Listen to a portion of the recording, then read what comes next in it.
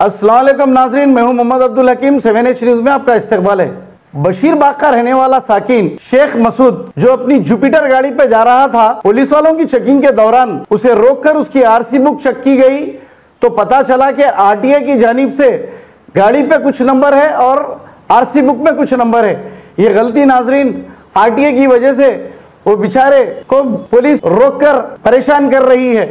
हालांकि ये गलती आरटीए की है। आरटीए को चाहिए कि जिम्मेदारी से काम करे ताकि अवाम को तकलीफ ना दे। पेश है इस मामले पे हमारे नुमाइंदे राहुल की ये रिपोर्ट।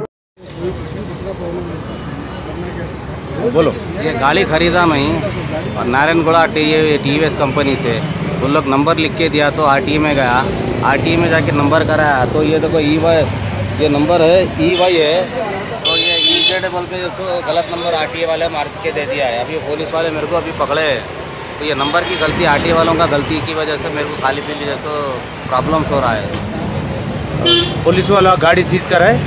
नहीं करे, सीज नहीं करे, खाली पुलिस वाले बताए कि सीज करते बोल के बोल रहे हैं। सीज करते बोल के बोल रहे हैं। पुलिस वाले फिर भी कोऑपरेट कर रहे हैं, लेकिन ये कंपनी वाले जो है, आरटीए वाले जो है हमारे को खाली पीली जो तो टाइम वेस्ट करके मतलब गलत नंबर मार दिए। ओके, आपका नाम क्या है? शेख मकसूद नाम मेरा वाइफ के नाम पे गाड़ी है ये। Thank you.